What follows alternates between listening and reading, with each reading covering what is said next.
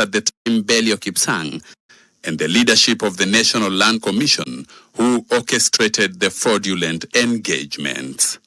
Laban Shaban, NTV. Public officials and tycoons involved in the illegal 1.5 billion shilling compensation scandal concerning the Ruaraka school's land are now at risk of being locked up and facing significant criminal charges.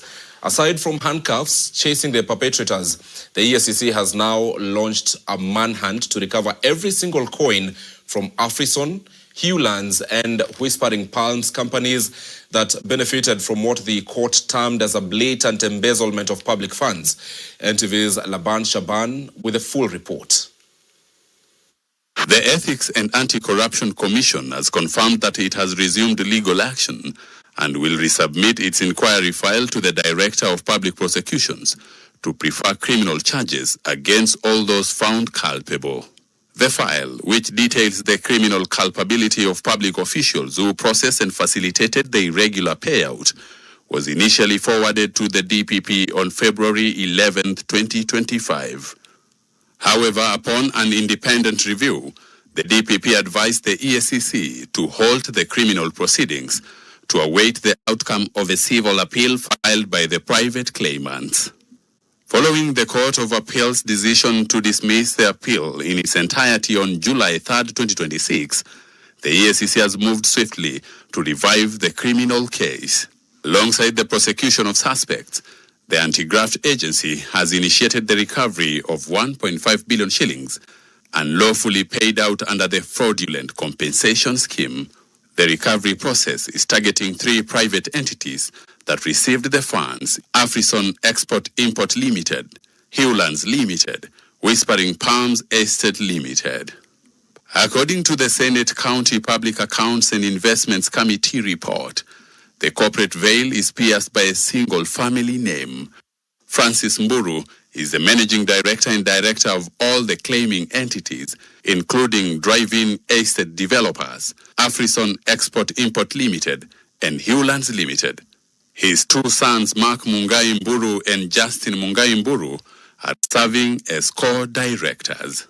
The ruling by the Court of Appeal upheld an earlier decision by the Environment and Land Court, which declared the massive compensation package unlawful, null, and void. According to the EACC, investigations conducted in collaboration with the Ministry of Lands, Ministry of Education, and the Nairobi City County, the 13.5-acre parcel of land where Ruaraka High School and Drive-In Primary School stand was already public land. The land had been initially surrendered to the government free of cost as a mandatory condition for the approval of a prior subdivision.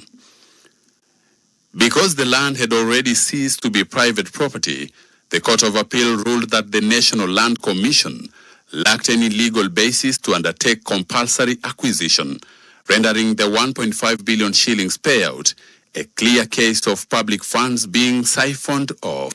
The EACC has now directed the Ministry of Education and the National Land Commission to take immediate measures to process and issue formal title documents for the schools to permanently shield the public land from future encroachment.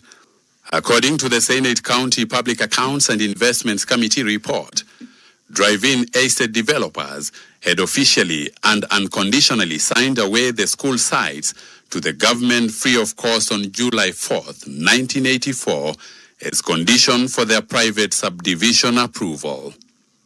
The report concludes that the land was already public utility land, meaning the National Land Commission effectively spent 1.5 billion shillings of taxpayer money to buy land that the public already owned.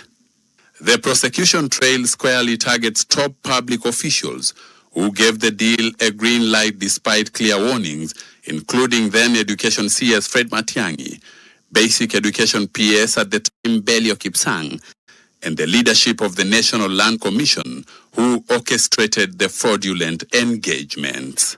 Laban Shaban, NTV.